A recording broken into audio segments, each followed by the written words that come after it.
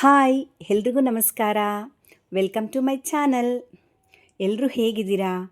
ಎಲ್ಲರೂ ಚೆನ್ನಾಗಿದ್ದೀರಾ ಅಂತ ಅನ್ಕೋತೀನಿ. ಎಲ್ಲರೂ ಚೆನ್ನಾಗಿರಲಿ ಅಂತ ಆ ಭಗವಂತನಲ್ಲಿ ಕೇಳ್ಕೊತೀನಿ. ಇವತ್ತಿನ ನನ್ನ ಈ ವಿಡಿಯೋ 7 ನಿಮಿಷ ಇರುತ್ತೆ. ಸೊ ಈ 7 ನಿಮಿಷ ನೀವು ನಿಮ್ಮ ಯಾವುದಾದ್ರೂ ಕೆಲಸವನ್ನು ಮಾಡ್ತಾ ಈ ನನ್ನ ವ್ಲಾಗನ್ನು ವಾಚ್ ಮಾಡಿ.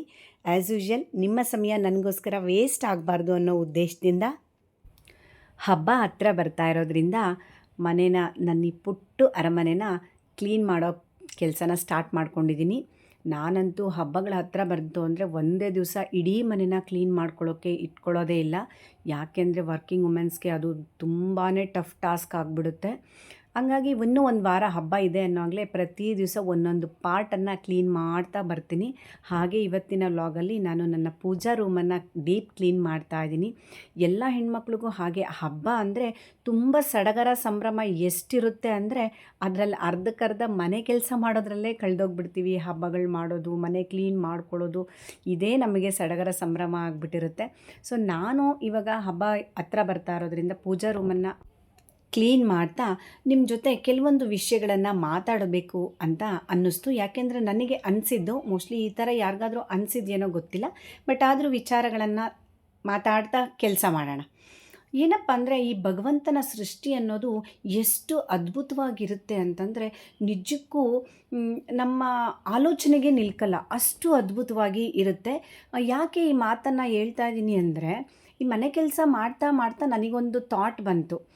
ನಮ್ಮ ಮನೆ ಹತ್ರ ಇಲ್ಲೇ ಒಂದು ಪುಟ್ಟು ಗುಬ್ಬಿ ಗೂಡು ಕಟ್ಕೊಂಡಿದೆ. ಅದನ್ನು ನೋಡಿದಾಗ ನನಗೆ ಈ ಆಲೋಚನೆ ಬಂತು. ಪಕ್ಷಿಗಳು ಎಷ್ಟು ಚೆನ್ನಾಗಿ ಅವುಗಳು ವಾಸ ಮಾಡೋಕ್ಕೆ ಎಷ್ಟು ಜಾಗ ಬೇಕೋ ಅಷ್ಟನ್ನೇ ಪುಟ್ಟದಾಗಿ ಗೂಡನ್ನು ಕಟ್ಕೊಳ್ತವೆ. ಅವೇ ಸ್ವಂತ ಕಟ್ಟಿರೋಂಥ ಗೂಡಲ್ಲೇ ಮೊಟ್ಟೆನ ಇಟ್ಟು ಮರಿನ ಮಾಡಿ ಅದಕ್ಕೆ ಗುಟುಕನ್ನು ನೀಡಿ ಆ ಪಕ್ಷಿಗಳಿಗೂ ಕೂಡ ಹಾರೋದನ್ನು ಕಲಿಸ್ತವೆ.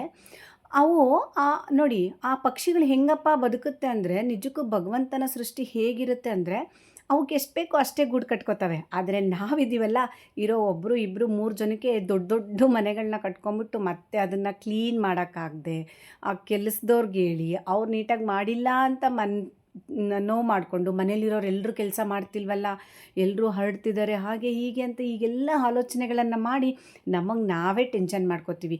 ನನಗೊಂದೊಂದ್ಸಲ ಅನ್ಸುತ್ತೆ, ಹೌದಲ್ವ, ನಾವು ಈ ಪಕ್ಷಿಗಳ ಥರ ಪುಟ್ಟು ಮನೆ ಕಟ್ಕೊಂಡಿದ್ರೆ ಎಷ್ಟು ಚೆನ್ನಾಗಿರ್ತಾ ಇತ್ತಲ್ವ, ಇಷ್ಟೊಂದೆಲ್ಲ ಕೆಲಸಗಳನ್ನ ಮಾಡೋದೇ ತಪ್ತಾ ಇತ್ತಲ್ಲಪ್ಪ ಅಂತ ಎಷ್ಟೊಂದು ಸಲ ನನಗೆ ಅನಿಸಿದ್ಯೋ ಆ ಗುಬ್ಬಿ ಗೂಡನ್ನು ನೋಡಿದಾಗೆಲ್ಲನೂ ಕೂಡ.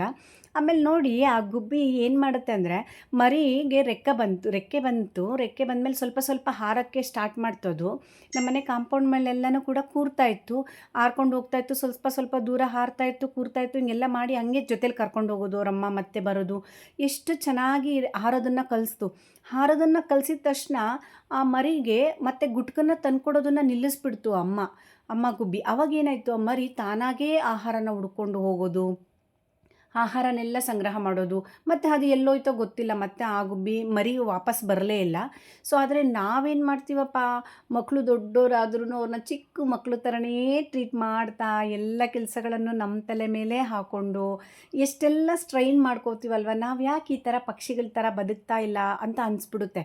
ಅದು ನೋಡಿ, ಹಬ್ಬ ಇರಲಿ, ಭಾನುವಾರ ಇರಲಿ, ಸ್ಯಾಟರ್ಡೇ ಇರಲಿ, ಯಾವುದೇ ವಾರಗಳಿರಲಿ, ಬೆಳಗ್ಗೆ ಸೂರ್ಯ ಹುಟ್ಟೋದಕ್ಕಿಂತ ಮುಂಚೆ ಎದ್ಬಿಟ್ಟು ತನ್ನ ಕರ್ತವ್ಯನ ಸ್ಟಾರ್ಟ್ ಮಾಡ್ಕೊಂಡ್ಬಿಡ್ತವೆ ಕೆಲಸನ. ಆಮೇಲೆ ಸಂಜೆ ಆಗಿದ ತಕ್ಷಣ ಬರ್ತವೆ, ಗೂಡಲ್ಲಿ ಆರಾಮಾಗಿ ಮಲ್ಕೋತವೆ ನೆಮ್ಮದಿಯಾಗಿ. ಆದರೆ ನಾವು ಭಾನುವಾರ ರಜೆ ತೊಗೋತೀವಿ, ಹಬ್ಬ ಹರಿದಿನ ಅಂತ ರಜೆ ತೊಗೋತೀವಿ, ಆದರೂ ನಾವು ಆ ಪಕ್ಷಿಗಳಷ್ಟು ನೆಮ್ಮದಿಯಾಗೇ ಇರೋಕ್ಕಾಗ್ತಿಲ್ವೇನೋ ಅಂತ ನನಗೆ ಖಂಡಿತವಾಗ್ಲೂ ಅನ್ನಿಸ್ತು. ಅದಕ್ಕೆ ಹೇಳೋದನ್ಸುತ್ತೆ ಭಗವಂತನ ಸೃಷ್ಟಿ ಅಂತ. ನಮ್ಮನೆ ದೇವ್ರ ಸಾಮಾನಲ್ಲಿ ನೋಡಿ, ಬೆಳ್ಳಿ ಸಾಮಾನುಗಳನ್ನ ನಾನೇನು ಮಾಡ್ತೀನಪ್ಪ ಅಂದರೆ, ಪೀತಾಂಬರಿ ಪುಡಿನಲ್ಲಿ ತೊಳಿತೀನಿ. ಬಟ್ ಅಲ್ಲಿ ಸ್ಕ್ರಬ್ಬರ್ ಏನೂ ಕೂಡ ಯೂಸ್ ಮಾಡಲ್ಲ. ನಾನು ಕೈಯಲ್ಲೇ ಪೀತಾಂಬರಿ ಪುಡಿನ ಬಳಸ್ಕೊಂಡು ಬೆಳ್ಳಿ ಸಾಮಾನನ್ನು ತೊಳಿತೀನಿ. ತುಂಬಾ ಶೈನಿಂಗ್ ಬರುತ್ತೆ. ಆಮೇಲೆ ಅಕಸ್ಮಾತಾಗಿ ನಾವೇನಾದ್ರೂ ಒಂದೊಂದು ವಾರ ತೊಳ್ಕೊಳಕ್ಕಾಗಿಲ್ಲ ಅಂತಂದರೆ ಅದು ಶೈನಿಂಗ್ ಇರುತ್ತೆ. ನಿಯರ್ಲಿ ಒಂದು 30 ಡೇಸ್ವರೆಗೂ ನಾವು ತೊಳಿಲಿಲ್ಲ ಅಂದರೂ ವರ್ಕಿಂಗ್ ವುಮೆನ್ಸ್ಗೆ ಹೆಂಗೋ ಇರೋದ್ರಲ್ಲಿ ಅದು ಅಷ್ಟು ಕಪ್ಪಾಗಲ್ಲ, ತುಂಬಾ ಚೆನ್ನಾಗಿರುತ್ತೆ, ಮೇಂಟೈನ್ ಆಗುತ್ತೆ ಅನ್ನೋ ಉದ್ದೇಶದಿಂದ ನಾನು ನಿಮಗೆ ಈ ವಿಚಾರನ ಶೇರ್ ಮಾಡ್ತಾಯಿದ್ದೀನಿ. ನೀವು ಕೂಡ ಬೆಳ್ಳಿ ಸಾಮಾನನ್ನು ಹೇಗೆ ತೊಳಿತೀರಾ, ಯಾವುದನ್ನು ಬಳಸಿ ತೊಳಿತೀರಾ, ಏನಾದರೂ ಹೊಸದಾಗಿ ವಿಚಾರಗಳಿದ್ದರೆ ಖಂಡಿತ ಕಮೆಂಟ್ ಬಾಕ್ಸಲ್ಲಿ ತಿಳಿಸಿ. ನನಗೂ ಕೂಡ ಹೆಲ್ಪ್ ಆಗುತ್ತೆ, ಬೇರೆಯವ್ರಿಗೂ ಕೂಡ ಹೆಲ್ಪ್ ಆಗುತ್ತೆ ಅನ್ನೋ ಉದ್ದೇಶದಿಂದ. ಸೊ ಈಗ ನಾವು ಮತ್ತೆ ನಮ್ಮ ಟಾಪಿಕಿಗೆ ಬರೋಣ. ಭಗವಂತನ ಸೃಷ್ಟಿ ಬಗ್ಗೆ ಮಾತಾಡ್ತಾ ಇದ್ವಿ ನಾವು. ಮತ್ತೊಂದು ವಿಚಾರ ನನಗೆ ಅನಿಸಿದ್ದಪ್ಪ ಅಂದರೆ ಇರುವೆಗಳು ಶಿಸ್ತಿನ ಸಿಪಾಯಿಗಳ ಥರ ಎಷ್ಟು ನೀಟಾಗಿ ಲೈನಾಗಿ ಹೋಗ್ತಾ ಇರ್ತವೆ ನೋಡಿ. ಅವುಗಳ ಲೈನನ್ನು ನಾವೇನಾದರೂ ಕೆಡಿಸಿದ್ರೂ ಕೂಡ ಮತ್ತೆ ಅವು ತಮ್ಮ ಲೈನಿಗೆ ವಾಪಸ್ ಬರ್ತವೆ.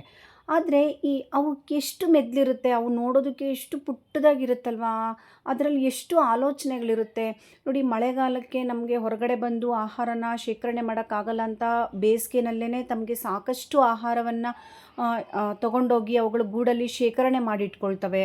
ಆಮೇಲೆ ಅವುಗಳ ಗಾತ್ರಕ್ಕಿಂತ ಹೆಚ್ಚಿನ ಗಾತ್ರದ ವಸ್ತುಗಳನ್ನು ಒಗ್ಗಟ್ಟಿನಲ್ಲಿ ಬಲ ಇದೆ ಅಂತ ತೋರಿಸೋ ಥರ ಎಲ್ಲ ಒಟ್ಟಿಗೆ ಸೇರಿಕೊಂಡು ಅವು ಆ ವಸ್ತುನ ಅವುಗಳ ಗೂಡಿಗೆ ಸಾಗಿಸ್ಕೊಂಡು ಹೋಗ್ತವೆ. ಆಮೇಲೆ ಎಷ್ಟು ಶಿಸ್ತನ್ನು ನಾವು ಇರುವೆಗಳಿಂದ ನೋಡ್ತೀವಲ್ವ. ಆದರೆ ಮನುಷ್ಯರಾಗಿ ನಮಗೆ ಯಾಕೆ ಇನ್ನೂ ಈ ಶಿಸ್ತು ಬಂದಿಲ್ಲ?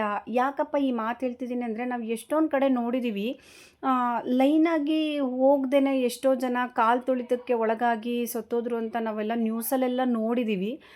ಸೊ ಇರುವೆಗಳಿಗಿರೋ ಅಷ್ಟು ಬುದ್ಧಿನೂ ನಮಗಿಲ್ವಾ ಅಂತ ಎಲ್ಲೋ ಒಂದು ಕಡೆ ನನಗೆ ಅನ್ನಿಸ್ತು. ಖಂಡಿತವಾಗ್ಲೂ ನಾವೆಲ್ಲರೂ ವಿಚಾರ ಮಾಡಬೇಕಾಗಿರೋ ಅಂಥದ್ದೇ ಇಂಥ ಪುಟ್ಟ ಪುಟ್ಟ ವಿಷಯಗಳನ್ನು. ಸೊ ಯಾರಿಗೂ ಹರ್ಟ್ ಮಾಡಬೇಕು ಅಂತ ನಾನು ಈ ವಿಷಯನ ಹೇಳಿಲ್ಲ. ನನಗೆ ಅನಿಸಿದ್ದನ್ನು ಹೇಳ್ತಾ ನಾನು ಈ ವ್ಲಾಗನ್ನು ಇಲ್ಲಿಗೆ ನಾನು ಎಂಡ್ ಮಾಡ್ತಾ ಇದ್ದೀನಿ. ಸೊ ನಿಮಗೆಲ್ರಿಗೂ ಕೂಡ ನನ್ನ ಈ ವ್ಲಾಗಲ್ಲಿ ಯಾವುದಾದ್ರು ಒಂದು ಚಿಕ್ಕ ಪಾರ್ಟ್ ಇಷ್ಟ ಆಗಿದ್ರೂ ಕೂಡ ಸಬ್ಸ್ಕ್ರೈಬ್ ಮಾಡ್ಕೊಳ್ಳೋದನ್ನು ಮರಿಬೇಡಿ. ಹಾಗೆ ಲೈಕ್ ಮಾಡಿ ಮತ್ತು ಶೇರ್ ಮಾಡಿ. ನಿಮ್ಮ ಲೈಕು, ಸಬ್ಸ್ಕ್ರೈಬು ಮತ್ತು ಶೇರ್ ಮಾಡೋದೇ ನನಗೆ ಮೋಟಿವೇಶನ್. ಮುಂದಿನ ನನಗೆ ವ್ಲಾಗ್ ಮಾಡೋದಕ್ಕೆ ತುಂಬಾ ಮೋಟಿವೇಟ್ ಆಗುತ್ತೆ ಅನ್ನೋ ವಿಚಾರನ ತಿಳಿಸ್ತಾ ಈ ನನ್ನ ವ್ಲಾಗನ್ನು ನಾನು ಇಲ್ಲಿಗೆ ಎಂಡ್ ಮಾಡ್ತಾ ಇದ್ದೀನಿ. ಸೊ ಎಲ್ರಿಗೂ ಕೂಡ ಥ್ಯಾಂಕ್ಸ್ ಫಾರ್ ವಾಚಿಂಗ್. ಗೋವಿಂದ ಹರಿ ಗೋವಿಂದ, ಗೋವಿಂದ ಜಯ ಗೋವಿಂದ, ಗೋವಿಂದ ಹರಿ ಗೋವಿಂದ, ಗೋಕುಲನಂದನ ಗೋವಿಂದ, ನಿತ್ಯ ನಿರ್ಮಲ ಗೋವಿಂದ, ನೀಲಮೇಘ ಶ್ಯಾಮ ಗೋವಿಂದ.